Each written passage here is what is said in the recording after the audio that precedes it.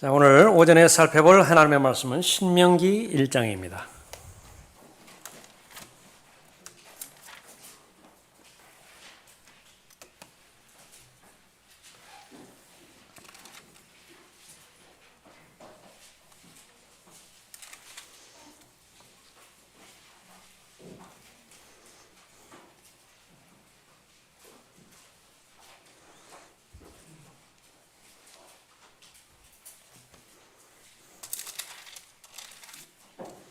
신명기 1장 19절부터 40절까지 살펴볼 텐데요. 34절부터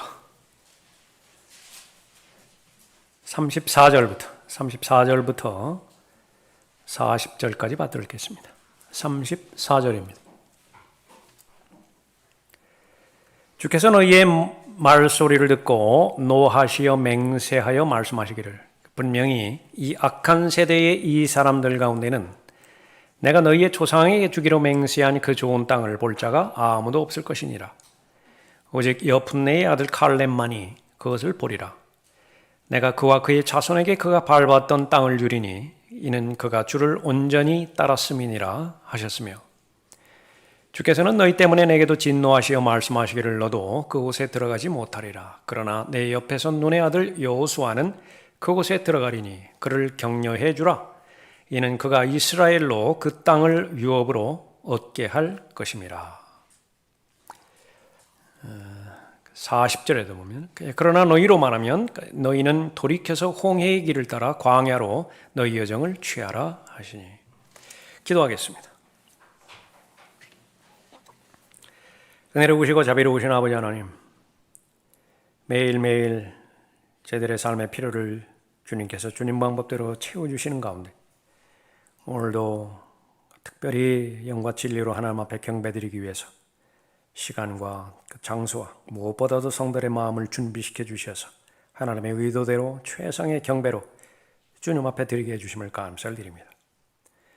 저희들의 마음을 통하여 이제 입술의 찬양을 또 손길을 주님 앞에 드렸습니다.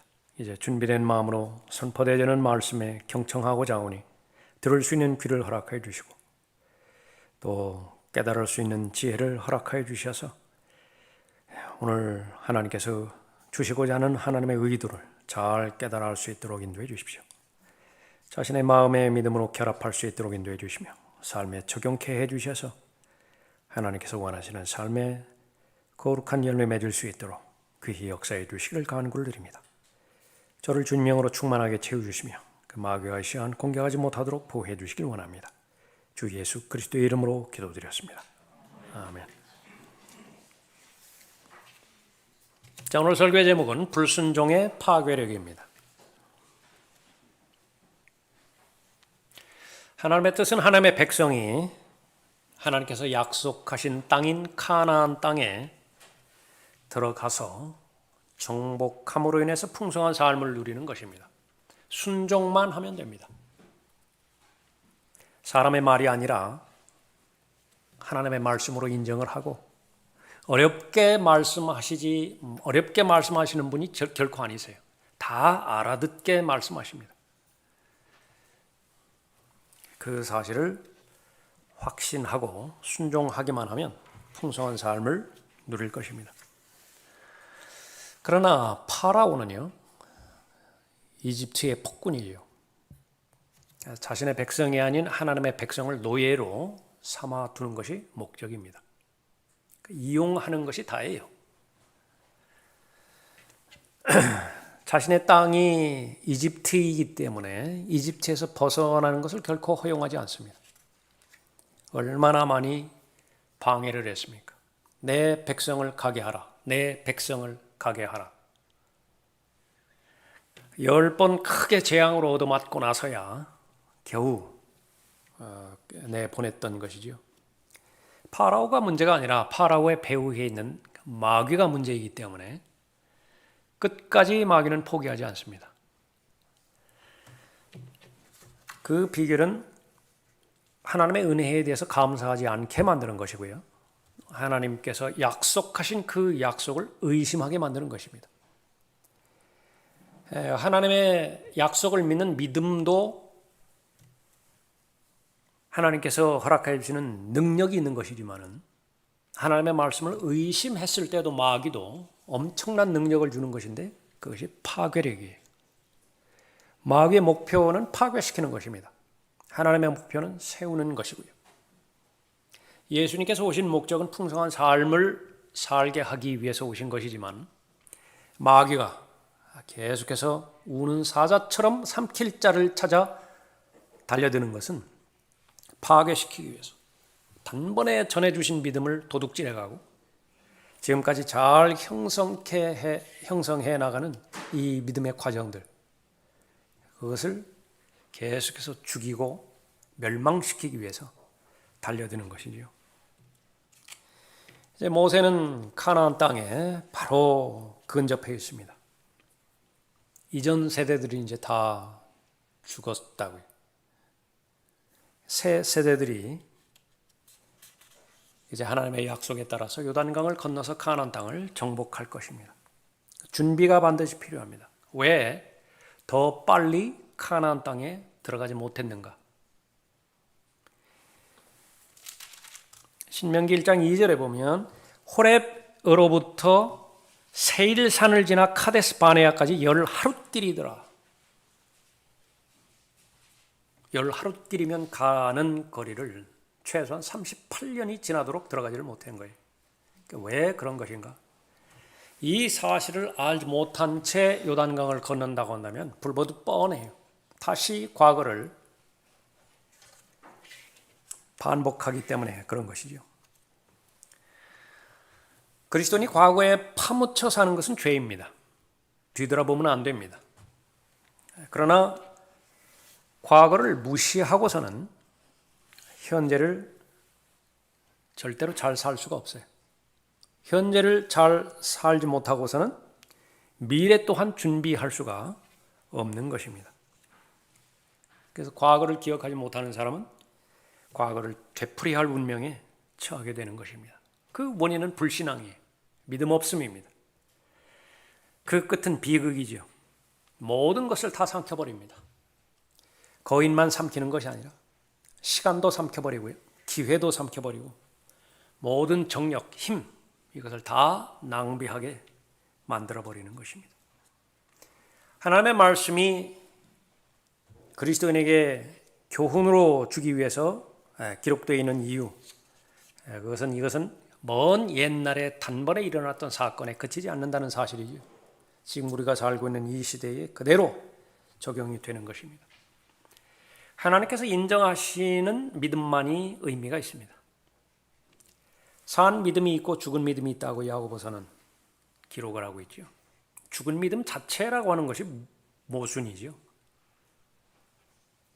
그러나 겉으로만 믿는 믿음이 있고 마음으로부터 믿는 참된 믿음이 있다라고 계속 강조하고 있는 것입니다. 특정한 사람들만 그 믿음을 소유하는 것이 아니라 누구나가 다 있어요. 누구나가 다 겉으로만 믿는 믿음도 있고요. 또 어느 때는 진실로 믿는 믿음도 있는 것입니다. 그러나 믿음이 없이는 하나님을 기쁘시게 할 수 없나니 우리가 살든지 죽든지 하나님을 위해서 존재하는 것이라고 로마서 14장에서 말씀하셨고요. 그렇기 때문에 자기 마음대로 살 수도 없고 심지어는 자기 마음대로 죽을 수도 없다고 성경이 기록하고 있습니다. 그 이유는 나는 나의 것이 아니라 하나님의 것이기 때문이라고 말하고 있습니다. 구원받기 이전에는 내가 중심이 되어서 살아왔어요. 그 부분에 대해서는 하나님께서는 결코 어떠한 하나라도 들추어서 설명하라고 요구하지 않습니다. 그러나 구원받은 이후에는 그것은 바로 예수 그리스도를 위한 삶이 되어야 되겠죠. 처음에는 그것을 받아들이기가 어려울지 모르지만요.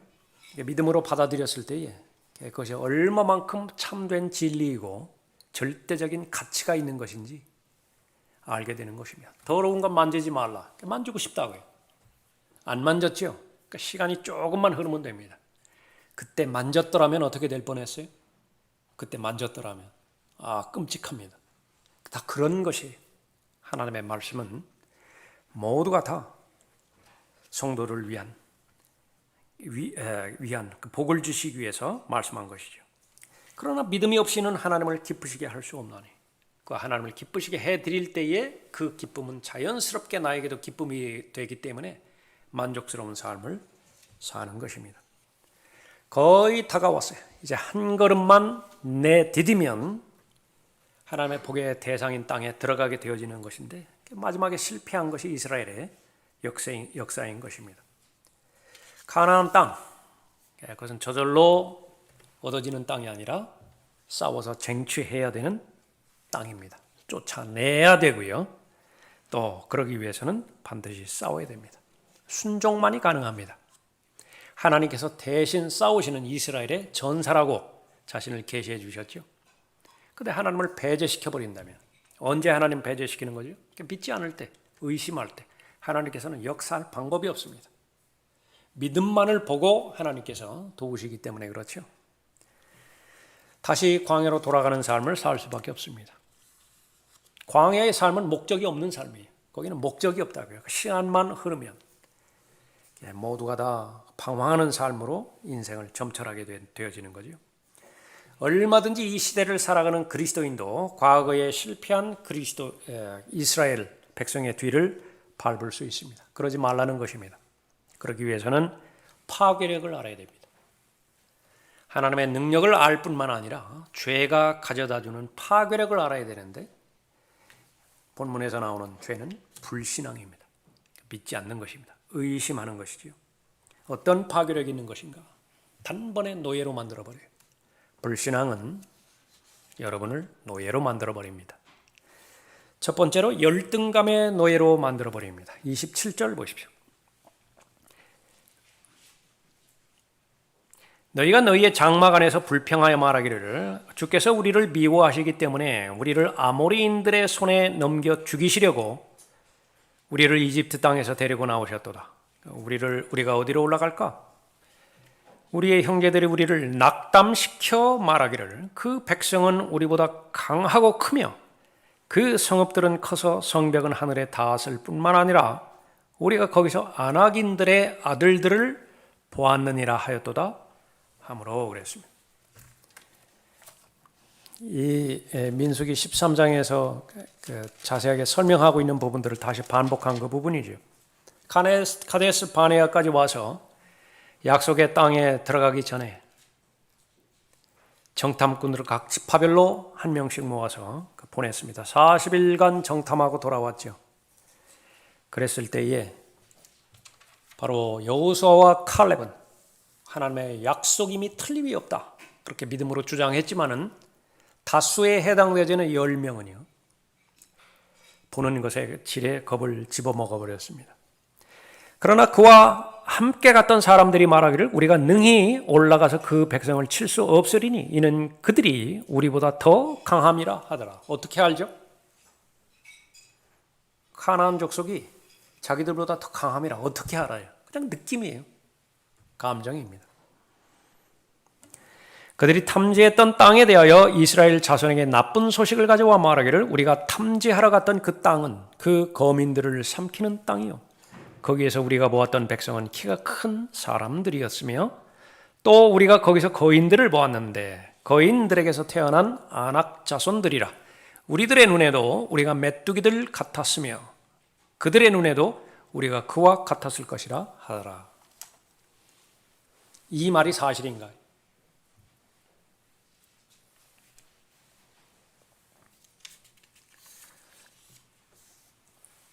믿음을 떠나서 정말로 이 거인에 해당되어지는 이 족속들은요, 거인족들은 천하 막강의 그런 민족들이었는가?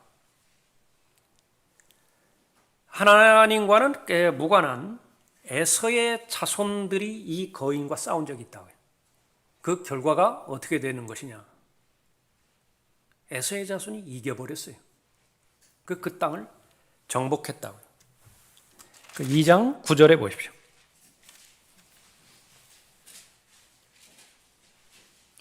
주께서 내게 말씀하시기를 모압인들을 괴롭히지 말고 그들과 더불어 싸우지 말라. 내가 그들의 땅을 내게 소유로 주지 아니하리니 이는 내가 롯의 자손에게 아르를 소유로 주었음이니라 하였느니라. 롯의 자손이 나온다.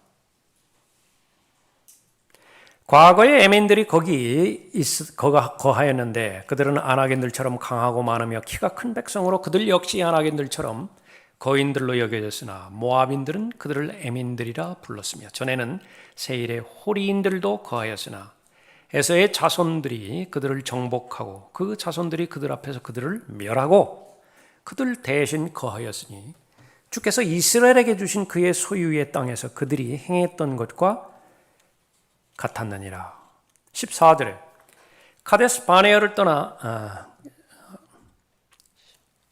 18절에 내가 오늘 모압의 지경인 아르를 통과하리니 너는 암몬 자손에게 접근하거든 그들을 괴롭히거나 그들과 다투지 말라. 내가 암몬 자손의 땅을 내게 소유로 주지 아니하리니 이는 내가 그것을 롯의 자손에게 유업으로 주었기 때문이라. 이 자손도 마찬가지입니다.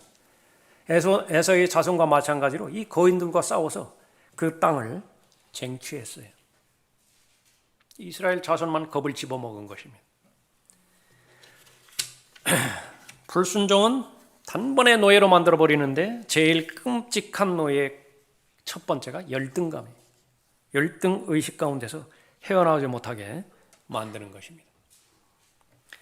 창세기 6장에서 거인들이 나오는데 자신들이 직접 보았던 이 거인들을 보자 창세기 6장이 그렇게 생각이 났을 것입니다. 더러움의 극치지요. 성적으로 부패했고 홍수 심판을 자청하게 만든 장 본인들이었습니다. 아무것도 아니에요. 하나님 보시기에 아주 극도로 혐오하는 대상인데 하나님께서 선택하신 자신들의 관점에서 스스로를 비교해 보니까 메뚜기들과 같았다라고 스스로 평가를 내렸던 거예요. 어떤 사람은 똑같은 현장을 보는데 라크만 목사님의 설명처럼 엄청난 포도들이 먼저 보인 거예요. 그래서 거인들이 안 보였다고요. 포도들은 무엇이죠? 약속의 말씀이에요. 젖과 꿀이 흐르는 땅, 분명히 사실이구나. 보면 볼수록 사실이 입증이 되어지는 반면 거인들을 보느라고 포도들을 보지를 못했어요. 이것이 바로 불신과 또 육신의 눈으로 보는 것입니다. 한번 보는 것으로 끝나는 것이 아니라 보면 볼수록 문제는 더 커져 보입니다. 요즘도 그런 수칙이 있는지 모르지만 야간 보초 수칙이 있습니다. 육군에게 내린.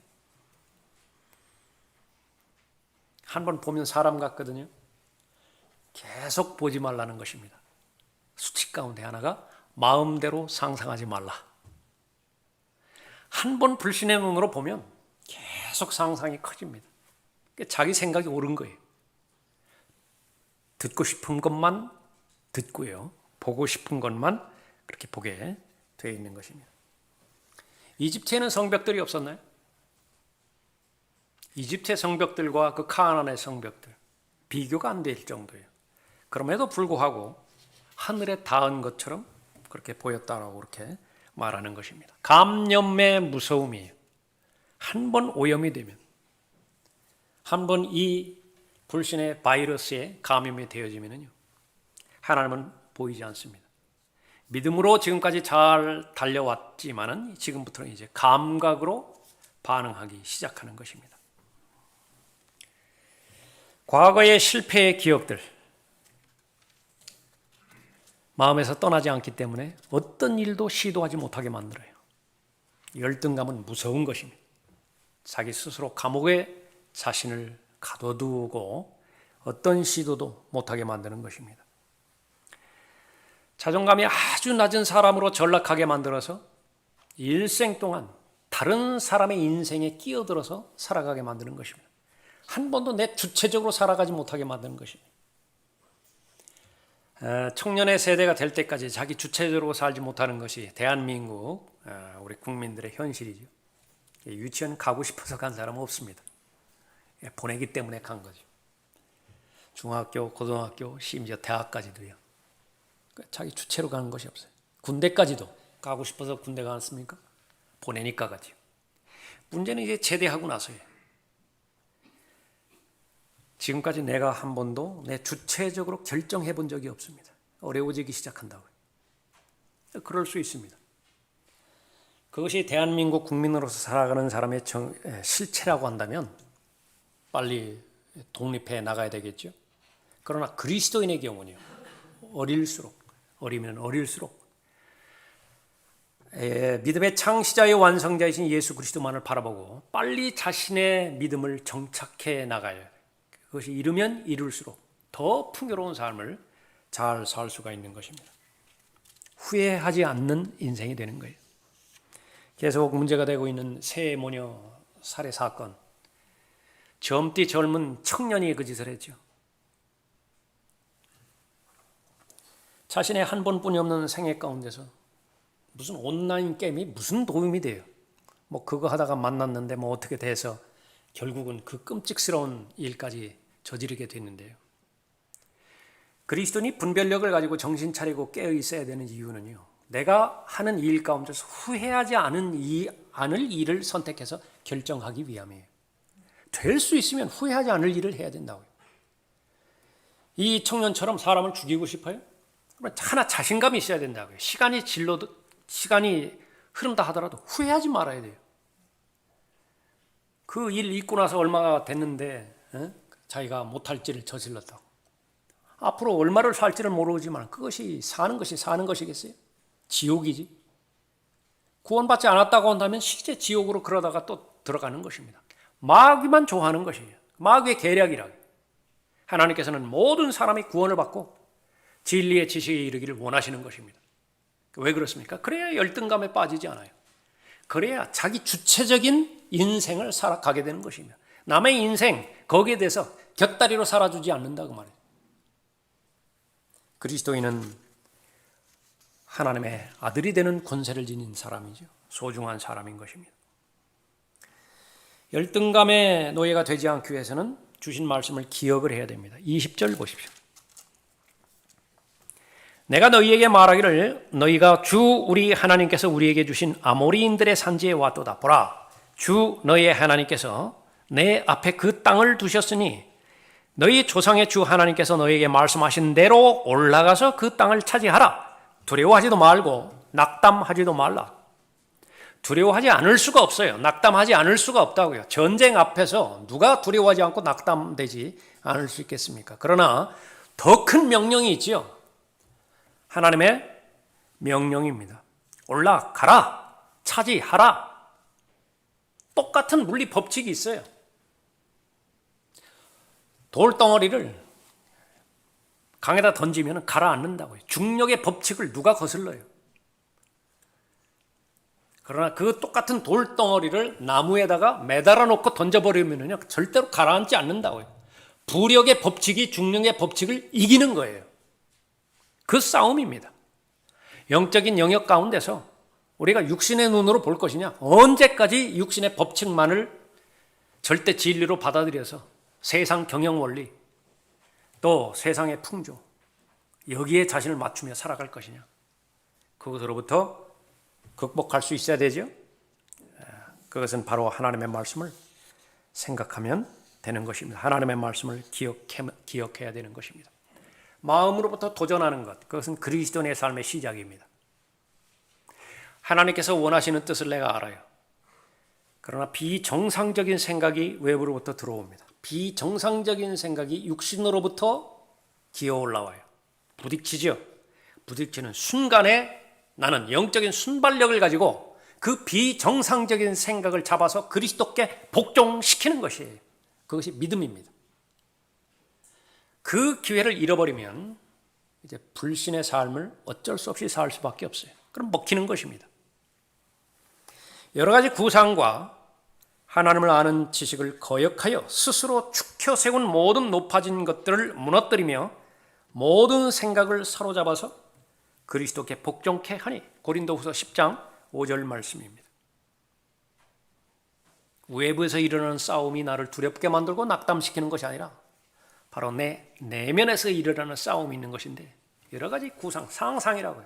온갖 공상들 상상하는 거예요. 그 결과는 자신이 메뚜기 같아 보인대요.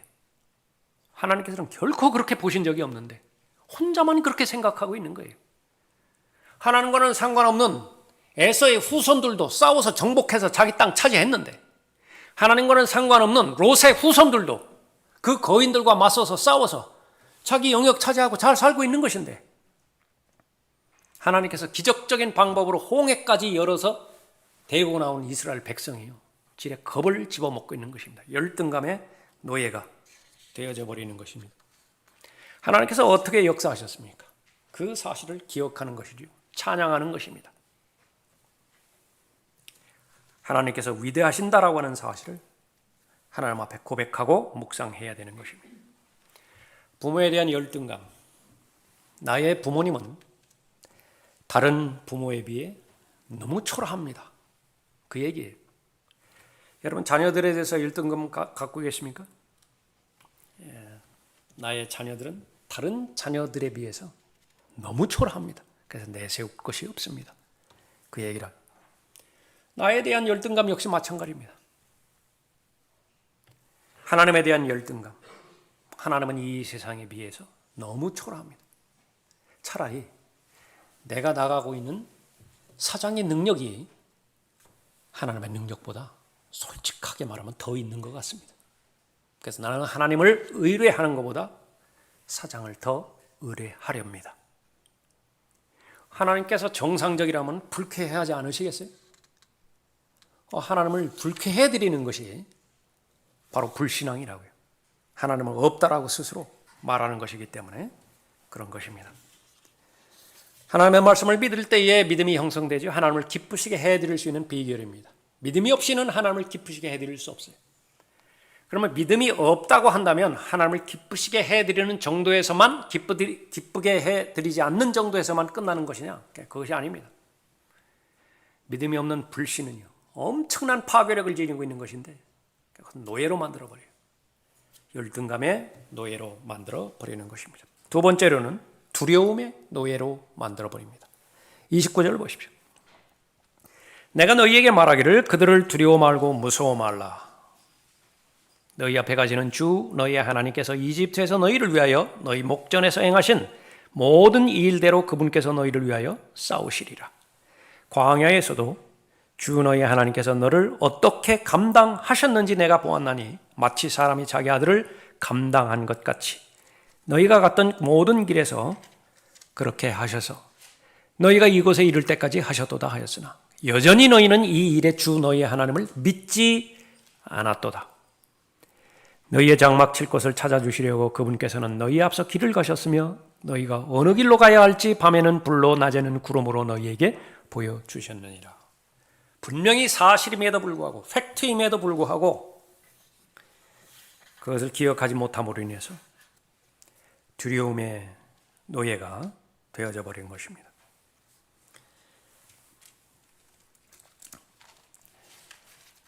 이 10명의 정탐꾼들이 보고를 할 때요, 모세에게 보고를 할 때 벌벌벌벌 떨면서 두려움 가운데서 모세에게 말했던 것이라고. 모든 회중이 목소리를 높여 부르짖으며 그 백성이 밤에 울더라. 모든 이스라엘 자손이 모세와 아론에 대하여 불평하고 또 온 회중이 그들에게 말하기를 차라리 우리가 이집트 땅에서 죽었더라면 아니면 우리가 광야에서 죽었더라면 어찌하여 주께서 우리를 이 땅으로 데려다가 칼에 쓰러지게 하시며 우리의 아내들과 우리의 자식들이 먹이가 되게 하시는가? 우리가 이집트로 돌아가는 것이 더 낫지 아니하냐?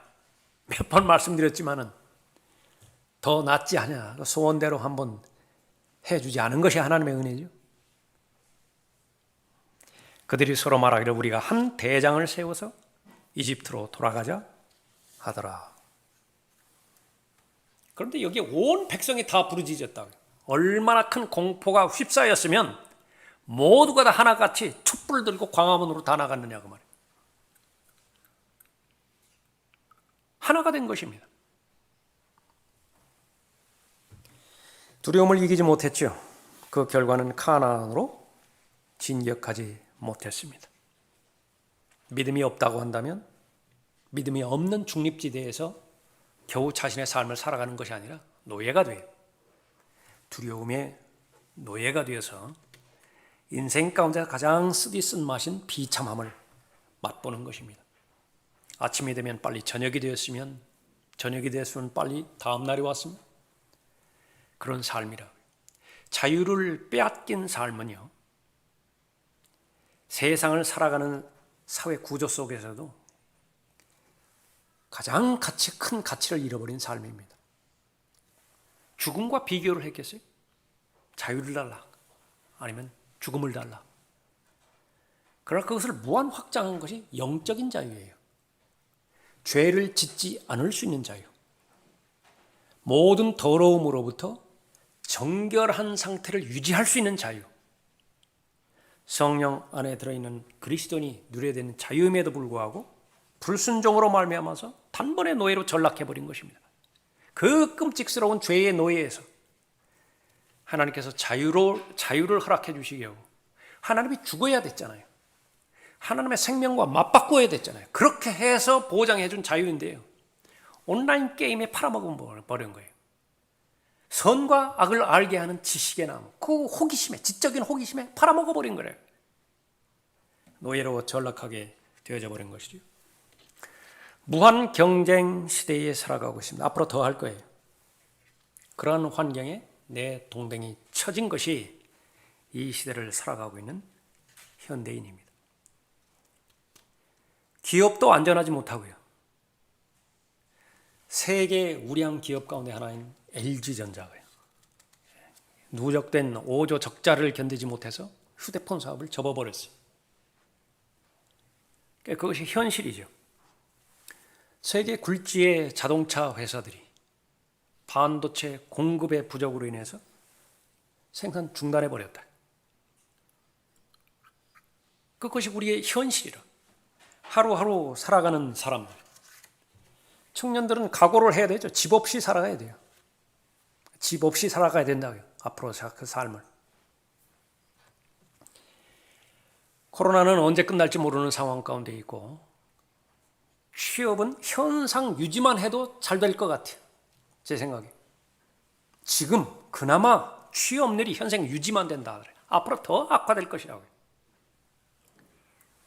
상대적으로 시간이 지나면 지날수록 더욱더 왜소하게 느껴질 것입니다. 두려움은 계속해서 휩싸일 거예요. 그러나 그 사실을 목격할 때 하나 우리가 알 수 있는 사실이 있는데, 세상의 실체가 두려움을 준다라고 하는 사실입니다. 세상은 두려움을 줘요.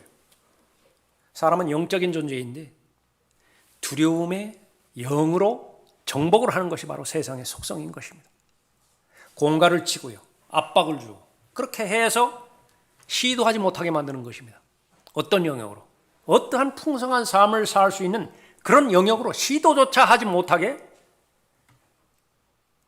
종속시켜버리는 것입니다. 하나님께서 우리에게 주신 것은 두려워하는 영이 아니라 능력과 사랑과 건전한 생각의 영이라. 디모데후서 1장 7절 말씀이죠. 그러나 그리스도인은 다르다고요. 그리스도인은 지각을 초월하는 하나님의 평강으로 살아가는 사람들이에요. 그리스도인은 그리스도 안에 있는 새로운 피조물이에요. 그 믿음을 가지고 살아간다고 한다면, 홍해를 건너기 전에 이스라엘 민족이 닥쳤던 위기감이라든지, 카데스 바네 바로 직전에서 두려움과 낙담으로 휩싸였던 이스라엘이라든지, 비교가 되어지지 않을 정도로 하나님께서는 하나님의 자녀들에게 그 두려움과 또 낙담을 극복하게 하실 수 있는 것입니다. 여러분이 그리스도인이라고 한다면 여러분에는 능력의 영이 있습니다. 여러분 안에는 능력이 있다고요. 그 능력은 삼성 LG에는 없다고요. 석사학위, 박사학위 받은 학위 수요자들에게는 없다고요.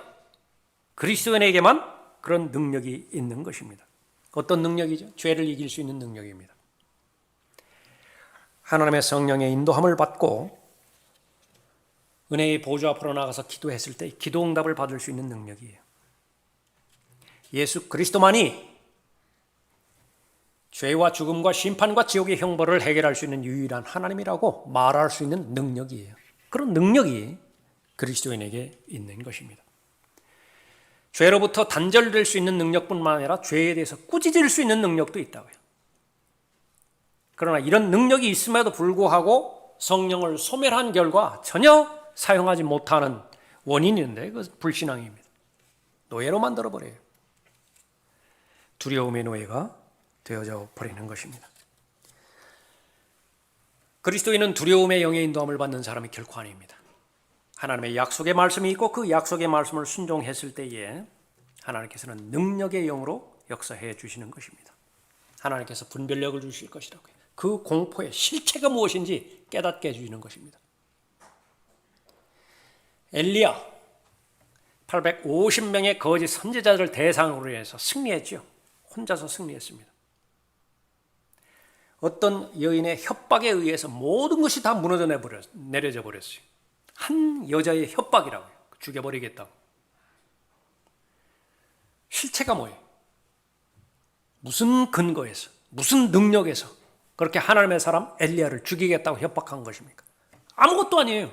아무것도 없다고요. 그야말로 공갈이에요. 그러나 그 공갈에 넘어가 버렸습니다. 그 위대한 하나님의 사람이 그 위대한 영적 영웅이에요. 하나님 앞에서 죽여달라고. 살 만큼 살았다고. 하나님의 능력을 가진 사람, 내가 가지고 있는 공포의 실체가 뭐냐, 그 정체가 뭐냐 밝히는 것입니다. 죽음, 가장 두려워하는 대상이죠. 예수님께서 오신 목적 가운데 하나였습니다. 죽음을 두려워함으로 인해서 평생 노예로 속박되어 있는 자들을 놓아주시려고 예수 그리스도께서 오셨다고요. 이미 이루어졌잖아요. 십자가에서 다 이루어졌다. 죽음을 극복하셨습니다. 사망을 이기셨어요. 다시 부활하셨습니다. 영생과 부활의 소망을 그리스도인에게 주셨어요. 그러니까 여러분 자유로우신가요? 죽음에 대해서 자유로운가요? 예, 자유롭습니다. 오늘만 자유로운 것이 아니라 들림받아 올라갈 그때까지 계속 자유롭다고요. 그것이 능력입니다. 비결은 죽음의 실체를 알았기 때문에 그래요. 더 이상 죽음은 나를 저주하지 못해요. 오히려 사도 바울의 입장에서 보면 죽음이 빨리 오기를 바랬던 사람입니다. 개인적으로. 그래야 관문을 통과해서 빨리 예수 그리스도께 있는 대로 그렇게 가지요.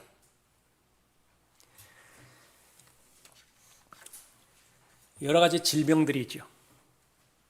코로나 포함해가지고. 과도하게 무서워하지 마세요. 과도하게 불안하지 마세요. 별로 하나님께서 기뻐하는 사람이 아닙니다. 건강에 대해서 잘 보호하고 관리하는 것 좋지만은요, 건강에 집착하지 마세요. 한 30분, 1시간 정도, 그것도 뭐 하루에 일주일에 4번 정도, 그 정도 관리해서 충분하게 자신의 건강이 관리된다라고 한다면 그렇게 하면 돼요. 안 하면 안 되죠. 안 하면 게으른 사람이에요. 10년 동안, 최소한 10년 탈 수 있는 자동차를 너무 함부로 써가지고 3년 만에 폐차시켜버리면 그건 무책임한 사람이라. 그러나 과도하게 하루에 3시간, 4시간 시간 쏟아 부어가지고 건강이 우상이 될 필요는 없다고 말해요. 하나님께서 주신 힘이 있잖아요. 그 힘을 가지고 뭘 써야 될 거 아니에요. 어차피 흙으로 돌아갈 것이고. 그것이 실체입니다. 자녀의 장래, 청년들 앞으로의 구체적인 진로, 사회 적응하는 데 있어서 도태될 위험성, 염려되지 않을 수 없어요. 그러나 한도를 넘어가서는 안 됩니다. 걱정되고 염려될 것, 현실로 받아들였으면 부지런히 하나님 앞에 알려드리세요. 준비하라고 말씀하신 부분들은 준비하세요. 그러면 자동적으로 염려가 해결되지는 부분이 있어요. 많이 있습니다. 그럼에도 남는 부분, 그것은 믿음으로 하나님의 은혜의 보좌 앞으로 나아가서 아뢰세요. 그러면 틀림없이 예수 그리스도를 통해서 공급해 주실 것입니다.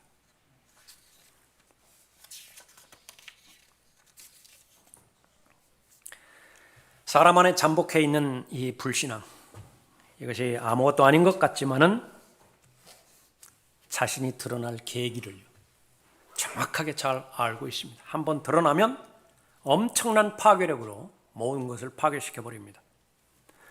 대상포진, 주로 보통 60세 이상에서 이렇게 발생하는 질병이라고 그러죠. 수두, 대상포진 바이러스라고 합니다. 바이러스 이름이. 소화기에 이 수두에 걸려서 바이러스에 한번 감염됐죠. 수두를 앓았죠. 나았습니다. 그럼에도 불구하고 이 바이러스는 몸속에서 완전히 사라지지 않습니다. 몇 년간 기다리는 것이냐? 그러니까 최소한 50년간 기다릴 수 있어요. 이 바이러스는요. 없어지지 않고 50년간 기다릴 수 있는 것입니다. 그러다가 면역이 약해졌을 때 바로 튀어나와 버리는 거죠. 불신앙 역시 마찬가지입니다. 계속 잠복해 있어요. 육신의 죄들의 몸을 벗어버리지 못하는 한 계속해서 반복해 있습니다. 비결은 무엇입니까? 계속 백신 맞아야 돼요. 단번에 영원히 해결되지는 백신도 있지만요, 반복적으로 맞아야 되는 백신도 있다고요. 너는 두려워 말라. 내가 너와 함께함이라 놀라지 말라. 치유책이에요. 두려움의 노예로부터 벗어날 수 있는 대상. 어린아이가 아버지만 있으면 다 해결됩니다. 아버지가 보이지 않으면 문제예요. 너는 두려워 말라. 내가 너와 함께함이라. 놀라지 말라. 내가 네 하나님임이라. 내가 너를 강건하게 하리라. 정녕 내가 너를 도우리라. 정녕 내가 내 의의 오른손으로 너를 높이리라. 이사야 41장 10절 말씀이죠. 계속해서 하나님을 만나면 만날수록 하나님은 더 크신 하나님임을 알 수 있습니다. 사실이고요. 계속해서 하나님의 말씀에 자신을 비추어 보면 자신은 불가능하다라고 하는 존재를 알아요. 그래서 하나님 없이 살 수 없다는 고백을 하나님 앞에 드립니다. 가장 강한 사람이에요. 하나님만 의뢰하는 사람, 하나님만 의존하는 사람. 하나님께서는 하나님의 백성이 약속의 땅에 들어가서 풍요로운 삶을 살기를 원하십니다. 그러나 하나님의 원수인 마귀는 하나님의 백성을 파괴시켜서 하나님께서 주신 건 이미 주신 것마저도 도둑질하고 멸망시키고 죽이는 것이 목적이에요. 불순종은 파괴력이 있는데 노예를 만듭니다. 열등감의 노예를 만들고 두려움의 노예를 만들고 마지막 세 번째로 후회의 노예로 만들어버리는 것입니다. 34절 보십시오.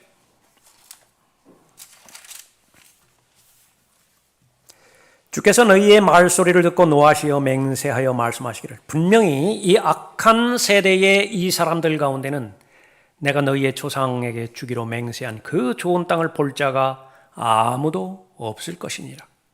오직 여푼네의 아들 칼렙만이 그것을 보리라. 내가 그와 그의 자손에게 그가 밟았던 땅을 주리니 이는 그가 주를 온전히 따랐음이니라 하셨으며 38절도 보십시오. 그러나 내 앞에서 눈의 아들 여호수아는 그곳에 들어가리니 그를 격려해 주라. 이는 그가 이스라엘로 그 땅을 유업으로 얻게 할 것입니다. 시기 중에서도요, 영적인 시기보다 더 지독한 시기는 없습니다. 학교 다니는데 똑같은 그 친구인데 자기보다 공부를 더 잘해요. 아주 시기심이 나죠. 힘들다고요. 쉬운 거 아니라고요. 물론 공부에 욕심이 있는 사람에 한해서 그렇습니다. 그러나 모든 시기를 다 합해본다 하더라도요, 영적인 시기요, 하나님 안에서 누리는 영적인 시기가 잘못되었을 때에 그것은 저주로 다가오는 것입니다. 지옥에 간 부자 있죠. 낙원을 보지 못하면 차라리 나을 것 같아요. 낙원이 어떤 곳인지 안다고요. 그러는 상태에서 물 한 방울을 간구하잖아요. 더 가중되는 것입니다. 그 고통이. 지금 이 악한 세대가요, 절대로 가나안 땅에 들어가지 못해요. 그러나 아는 사실 하나가 있습니다. 두 사람은 들어가요. 칼렙과 여호수아는 들어가는 것입니다. 온전히 따랐기 때문이라고 하나님께서는 그 근거에 대해서도 말씀하고 있죠. 성경에서 후회를 가볍게 넘겨짚지 마시기 바랍니다. 성경에서 후회했다라고 한다면 실제로 후회하는 것이에요. 야곱의 형 예서, 대표적인 사람이죠. 속된 자라고 성경에서 평가하고 있습니다. 속된 자는 무엇인가? 믿음에 한 발 놓고 세상에 한 발 놓고요. 양다리 걸친 사람이에요. 하나님께서 싫어하는 사람입니다. 야곱이 말하기를 오늘 내게 맹세하라 하니 그가 야곱에게 맹세하였더라. 그가 자기의 장자권을 야곱에게 팔았더라. 야곱이 에서에게 빵과 팥죽을 주었더니 그가 먹고 마시며 일어나서 자기 길을 갔더라. 이때까지도 아무런 사실을 감지를 못해요. 장자 상속권하고 바꿔버린 것에 대해서 아무런 차이점을 느끼지 못하는 것입니다. 성경은 기록합니다. 이같이 에서가 자기의 장자권을 경시하였더라. 마지막에 성경의 판결이 정확한 판결이죠. 시간이 흐릅니다. 시간이 흘러서 과거의 사건을 다시 소집해내요. 에서가 후회하지 않아야 됩니다. 그러면 빵과 팥죽은 의미가 있어요. 그러나 그것을 다시 소집해 왔을 때에 그것이 후회가 되어진다고 한다면요, 문제가 달라진다. 음행하는 자나 한 그릇 음식을 위하여 장자권을 판 에서와 같이 속된 자가 없도록 하라.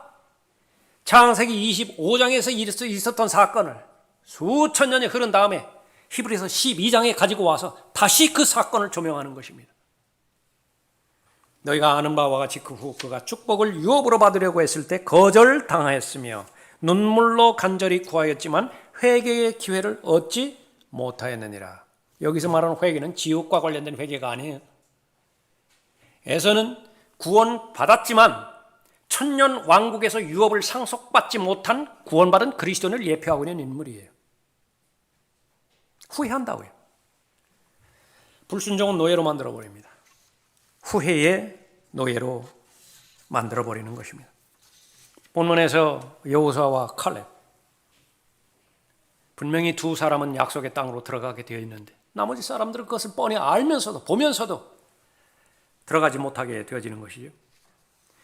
눈에 보이는 것이냐, 눈에 보이지 않는 것이냐, 문제는 무엇이 더 중요하냐, 그것을 먼저 생각해 봐야 되는 것이죠. 온전히 따랐다라고 하는 말은요, 칼렙과 관련돼서 하나님이 변하지 않는다라고 하는 사실을 입증하는 것입니다. 첫 번째 말씀하셨을 때도 하나님이고요, 마지막에 말씀하셨을 때도 하나님이세요. 하나님은 변함이 없으세요. 그 변하지 않는 하나님을 나의 하나님으로 모신 사람은 신실한 하나님의 사람입니다. 칼렙의 고백이에요. 내가 40살이었는데 주의 종 모세가 카데스 바네아로부터 그 땅을 탐지하라고 나를 보냈을 때 나는 내 마음속에 있는 대로 그에게 보고하였나이다. 여호수아 14장의 말씀인데요, 칼렙의 보고 방식은 달랐어요. 나머지 10명은 눈에 보이는 대로 보고를 했지만은 칼렙은 마음속에 있는 대로 보고를 했대요. 마음속에 무엇이 있죠? 하나님의 약속이 있다고요. 그럼에도 불구하고 나와 함께 갔던 내 형제들은 백성의 마음을 녹였으나 나는 온전히 주 나의 하나님을 따랐나이다. 모세가 그날 맹세하여 말하기를 내 발로 밟고 있는 그 땅은 반드시 너와 내 자손의 영원한 유업이 되리니 이는 내가 온전히 주 너의 하나님을 따랐음이라 하였나이다. 이제 보소서, 주께서 이 말씀을 모세에게 말씀하신 이래로 이스라엘 자손이 광야에서 방황하던 동안 주께서 말씀하셨던 대로 45년간을 나로 살게 하셨나이다. 여호수아에게는요, 로마서가 없어요. 여호수아에게는 갈라디아서나 에베소서가 없다고요. 그러나 45년을 견뎌냈어요. 무엇 때문에 그랬죠? 하나님께서 해주신 약속 한 말씀이에요. 단 한 말씀이라 하더라도 그것은 하나님께서 하신 말씀이기 때문에 절대 진리예요. 내가 변하면 변했지, 환경이 변하면 변했지, 하나님의 말씀은 변하지 않는다라고 하는 믿음이었죠. 그런데 거기에는 능력이 있습니다. 45년간 견디게 한 거예요. 거기서 끝난 것이 아닙니다.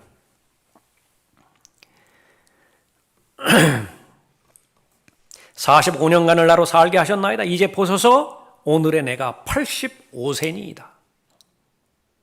85세 정도면 어떤 상황인지 아시죠? 나는 모세가 그날 나를 보내었을 때처럼 오늘에도 여전히 강건하며 나의 힘이 그때처럼 지금도 강건하여 전쟁을 위하여 나가고 들어올 수 있나이다. 그래서 가장 험악한 산지 나에게 달라라고. 웬만한 평지 그 다른 지파에 주고 가장 험악한 산지 그건 내가 가서 싸워서 쟁취할 테니까 나에게 달라고. 여호수아가 기쁜 마음으로 허락하잖아요. 승리 쟁취해내는 것입니다. 그럼 객기 부리는 겁니까? 기운도 다 빠지고 85세인데 객기 부리는 거예요. 하나님께서 함께 하시는 한 진리예요. 아무리 어리다 하더라도 다윗은 하나님을 알았다고요. 하나님과 분리되지 않았어요. 골리앗이 문제가 아니라고요. 골리앗이 문제가 아니라고.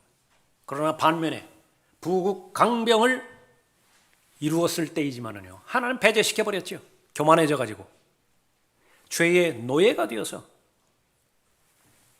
바로 다윗 역시 변함없이 두려움의 노예로, 열등감의 노예로 후회하잖아요. 평생 칼이 다윗 집에서 떠나지 않죠. 후회하지 않을 자신이 있으면 현재의 삶을 계속 사십시오.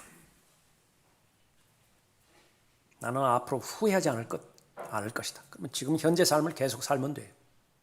그러나 조금 전에 살펴봤던 것처럼 새 모녀를 살해한 청년, 시간이 얼마나 지났다고? 한 달도 지나지 못했잖아요. 후회한다.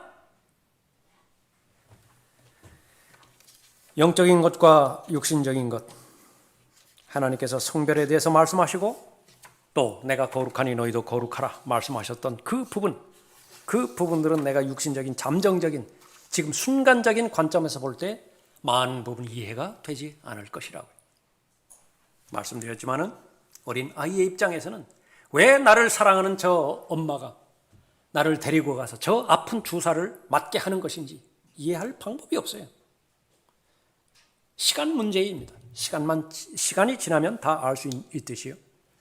분명한 것은 하나님께서 주신 것이라고 하면 거기까지는 하나님께서 책임져 주실 것이라고 해요. 하나님께서 말씀하셨다고 한다면 그것은 내가 어떻게 느껴지든 동의를 하든 그건 다 좋은 것이 가장 좋은 것입니다. 하나님께서는 하나님의 자녀가 약속의 땅에 들어가기를 원하세요. 하나님의 복을 누리기를 원하십니다. 풍성한 삶을 살기를 원하세요. 그것을 방해하는 것은 불신앙이죠. 여러분 가운데 어떤 형태로든지 불신앙의 요소가 발견되어졌다고 한다면 초청 시간을 통해서 하나님 앞에 하나도 남김없이 다 내어놓으시고 예수 그리스도의 보혈과 말씀의 능력으로 다 파괴시켜 버리십시오. 성령 하나님의 능력으로, 은혜의 능력으로 파괴시켜 버리십시오. 하나님께서 한 번 더 기회를 주실 것이죠. 자신감을 가지고 담대하게 강건함을 가지고 용기를 내서 지금까지 걸어왔던 믿음의 여정을 계속 걸어가는 여러분 되시기 바랍니다. 기도하십시오. 아버지 하나님, 저희들에게 주신 것은 두려워하는 영이 아니라 사랑과 또 능력과 건전한 생각의 영이라고 말씀하셨습니다. 올바른 분별력을 허락해 주셔서 무엇이 잠정적인 것이고 무엇이 영원한 것인지 분별할 수 있도록 인도해 주셨으니 감사를 드립니다. 이보다 더 귀한 하나님의 능력이 어디 있겠습니까? 무엇이 하나님을 기쁘시게 해드리는 것이고 무엇이 육신을 기쁘게 하는 것인지 그 부분도 건전한 생각의 영에 따라 허락해 주셨음을 감사를 드립니다. 아버지 하나님의 약속의 말씀을 불신하거나 의심하거나 또 고의적으로 거부함으로 인해서 두려움의 노예가 되고 또 열등감의 노예가 되고 후회하는 삶이 되어지지 않도록 하나님께서 하나님의 자녀들을 보호해 주시고 친히 인도해 주시길 간구를 드립니다. 초청 시간을 주님 손에 의탁드려오며 주 예수 그리스도 이름으로 기도드렸습니다.